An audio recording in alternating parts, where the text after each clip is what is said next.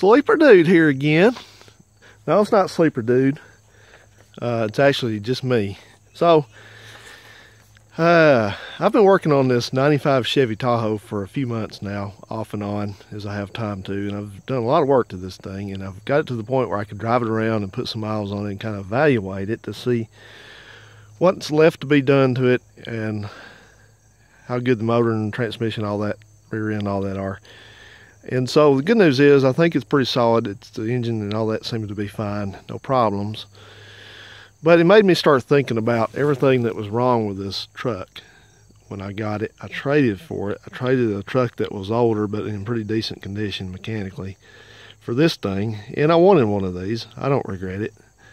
I wanted the four-wheel drive Tahoe or Yukon or something like that because this kind of fits more into what I'm doing these days. Or maybe I always have been doing. I don't have any idea. But all I know is I wanted one, so I got one. So this thing had a litany. It had a list of things wrong with it. And it was pretty surprising. I mean, it's 27 years old, but still, you know, even so, you normally expect somebody or whoever owns it to at least do the minimum to it to keep it in good condition. But unfortunately, that's not the case. Wasn't the case with this one. It made me start thinking about these videos that I see where they have to, like, especially from up north, like South Main Auto and places like that, they have to work on these cars and trucks and things that are rusted or something, or just lots of miles, and they have to pass inspection. And every time the topic for vehicle inspections comes up, there's always people bitching about having to go through inspections and having to be made to keep their vehicles safe and replace things that are worn out or dangerous. You know, and I hear that or read it, and I think to myself, what are you smoking? I'd like somebody to tell me, give me a good explanation why you would want to have the ability to drive an unsafe vehicle on the road. Explain that to me. Don't give me any kind of crap about well, I just, you know, it's just rules. Somebody's just making rules, or somebody's just trying to make money. No, they're not trying to make money, because worn out tires are worn out tires. Worn out U-joints are worn out U-joints. Worn out tie rod ends are worn out tie rod ends. A leak is a leak. There's no getting around that. If your vehicle's in bad shape, it's not them. They didn't make you do that. They didn't make you let it get in that condition. So don't go there about it. Just tell me why that you would prefer to drive something that's got bald tires on it, or a loose front end, or something else about to go on the thing. You know, people say that. They say, well, I should have the right to drive my own vehicle if I prefer to. It's just me. It's not just you. It's not just you. Let's get away from that. Let's put that to bed. It's not just you. You're not the only one out on the roads. Thought somebody was saying about some other subject. You don't have the right to endanger somebody's life. You know, what if somebody's driving something like this and a tire blew out and this thing swerved across the center line and hit a mother and her kid head on and killed them? You know, the goon that was driving the vehicle that blew the tire out would always live. They always do.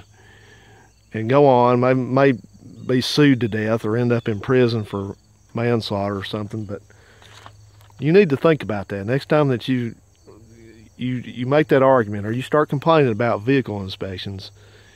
You think about which side of the law you're on. You know, are you trying to be a goon that's irresponsible, or are you trying to do the right thing? And people say, well, I can't afford to do that. I can't afford to fix that. I can't afford to do that. Well, too bad. If you don't have the ability to keep a car or a truck in good condition and safe for the road, and let's use that phrase specifically, safe for the road, then you can't afford to own one. You need to get a bicycle or get rides with somebody or something, because I'm telling you what, if you want to find a vehicle that is in bad shape, you find somebody that's one of these so-called low-income people, which I've learned something. Living in the South for 50 years, I've learned something about so-called low-income people. You know why people, aside from people who just are maybe disabled till they can't hardly move, do you know why you see these people going around like that they're in the store and they're running the food stamp card and they can walk and talk and do things? They're not disabled. You know why they do that? It's because they want to. So it's a whole thing about, you know, low income. I think some of that's by choice. But anyway, let's get on back onto this thing. So I made a little list up here. Just a little list of all the things that were wrong with this thing, bad enough that it would not ever pass a vehicle inspection. We don't have vehicle inspections here in the South because they would probably immediately take a third of the vehicles off the road if that were to happen. And, you know, it's a big outcry. It's the way it happens every time. The people, the po folks, be having a fit, and they'd be calling the mayor and be calling the council president and the commissioners and the governor and all that. Oh, how can you do this to us? How can you do this to us? We just have to get to work, get us a check, keep this whatever, blah blah. So anyway, we don't have vehicle inspection, so this is what shape this thing ended up in. You know, it's got 300,000+ miles, but they sell parts for these everywhere. You can almost find parts for these trucks at Walmart. Nearly. You can't, but it's that common. They're still common. So first thing, this thing had no functioning windshield wipers. They worked erratically every once in a while, but they didn't work hard at all when I got it. I fixed them temporarily, which that means I'm not going to drive in the rain until I fix them permanently. The thing was burned out in them, and I got them going again. So found that out the hard way, driving to town and back, no wipers. Then found out that it had no functioning defroster. It won't turn on to the defroster. Something's going on with that. It has 6 burned out light bulbs around it, including a burned out low beam headlight. It had a broken shifter cable that was wired back to the transmission with a piece of baling wire. It had a totally broken driver's seat. If you watch the few videos past on this, you'll see that it was just demolished. I had to actually put 2 seats together to make a good one. I mean, you're telling me that that's safe, somebody's sitting in a seat hanging on to the steering wheel to keep from falling over? I mean, it's funny, but that's not funny, really, because, you know, that's about 5 seconds away from losing control. You can't drive that. It had 2 hazed over headlights that would not shine any light out on the ground. I couldn't even see with them. It had a large coolant leak, which that's not a safety issue. It probably, I don't know if they would ever condemn it for that, but, you know, there again is somebody that was not a big deal to fix it, but they didn't. It has and has 4 bald tires on it.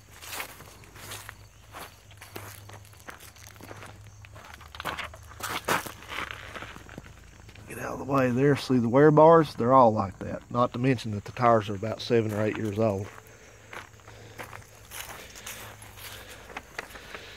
Okay, it's got a fuel leak somewhere. It's either got a fuel leak or something's going on. I don't think it's an active pressure leak. I think it has an issue in the vent system somewhere, but I've about been knocked out by gas fumes driving it around a little bit.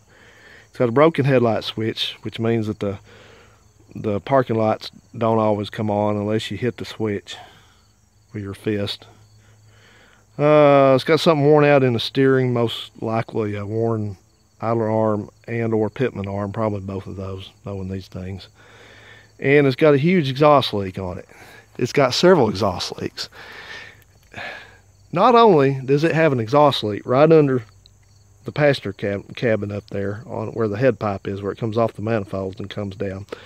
That's where somebody took the catalytic converter off of it. So now those fumes are not even moderated by a catalytic converter. They're just direct, nice, noxious, deadly fumes coming into the cabin. So this thing's it's still not drivable. I've driven it a little bit. I mean, it's licensed and insured, but it's not safe for the road. The only thing to top it off, have a cracked windshield. You know, and I know some people would say, well, you know, we fixed that. Well, you didn't. And, you know, these guys are just driving this thing around, hanging in there on that seat and on that steering wheel, just riding around with that stereo. The stereo didn't even work right.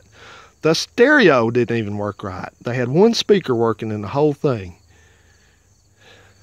And the previous owner had confessed to me that at one point he had this thing squatted in the back. What's that stupid Carolina squat or something like that? That is the biggest copycat. I have no individualism thing I've ever seen in my life. It's stupid. So he mostly got it back level, and I had to spend a whole bunch of time getting the front end leveled back on it. That's another dumb thing people do. I'm telling you, guys, there's a lot of nice younger fellas out there that are more responsible than that. But you want to, if you ever buy a car or truck from one of them, you better plan on it being screwed up somehow. Because I was young once and I screwed up vehicles back then. I remember it. That's just what happened. But anyway, so I'm working my way through this. I'm not ready to make another video on this yet because I still got a ways to go. I got a couple big ticket things to get for it. But it's getting there. It's mobile. I mean, it's a nice cruiser, man. This thing cruises down the road just real nice, but it's still, I can't drive it like it is, you know, because I'm just, you know, it's not that I'm a perfectionist so much, it's just that I'm just, you know, I don't want to get killed by wrecking it or kill somebody else. You know, it just shocks me how selfish people are, how selfish they are that, you know, they, and you know what else? My brother is as guilty as anybody about that. He doesn't have a lot of money, but he's only got one car that functions. He has three actually, but he's got one that functions and one's just a hobbyist car that he doesn't drive much. And you know, he's run that little car of his with bad struts and bad tires, goes to junkyard, you know, and he's confessed to me before. He says, well, he says, I just decide what I want to spend my money on. So there you go, you know, whatever. Your brother doesn't do that. I mean, I can't afford to do all this at one time. I don't have a lot of money, but shit. Anyway, so that's kind of where we're at with it. So I'll get this thing finished up and we'll do a video on it. Hopefully, to finalize that, I know it's only had kind of tepid interest in it because these are pretty common.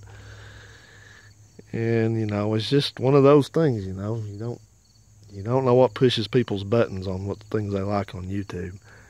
I'll tell you one thing about YouTube. I sure am getting tired of seeing Ford trucks being started and Fords in general. I'd like to see more Mopars. I'd like to see people do something that's a little harder. Which, actually, I did see that. Real quick, I'll just tell you, one of my subscriptions, I think his name is Prague Life. He just has been working on a Rover and got it going. That's a good video. That's how many people around here know what a Rover is. Not many. All right, guys, well, I'm going to wrap this up. I just had the notion to do a video about this. And, you know, I just got irritated about it, as you can probably tell. You know, I just get so tired of people that, you know, they just, you know, whatever the reason is. You know, the thing is, people that have money, they don't do stuff like this. Not normally. I mean, if they do, they're kooky. Hand-kook? Kooky. Maybe that's what inspired me to use that word. But, you know, normally, that's why share something else with you. I drive a whole lot, as you all know. I get a lot of windshield time, and I've noticed that it's a whole thing about that. You may say to yourself, well, you're just picking on people who don't have a lot of money. No, I'm not. I'm just illustrating you know, whatever the inconvenient truth about it. You ever watch people's driving habits? The people that drive the worst and do the most irresponsible things and take the most risks and have the worst looking vehicles are the people you can tell, you know, they've chosen to not have a lot of money. They've chosen to not do enough to make a lot of money. The people that have nice vehicles, they are cautious. They take care of them. They don't pull out in front of you. They don't cut you off. They don't do stupid stuff. It's always the people that, you know, they're already in that situation for various reasons. You know, it's not just driving, it's not just work or the lack of. It's a whole thing it's their whole life story pretty much. But all right, well, I'm gonna wrap it, guys. Hope everybody's doing well. We'll see you on the next one. Later.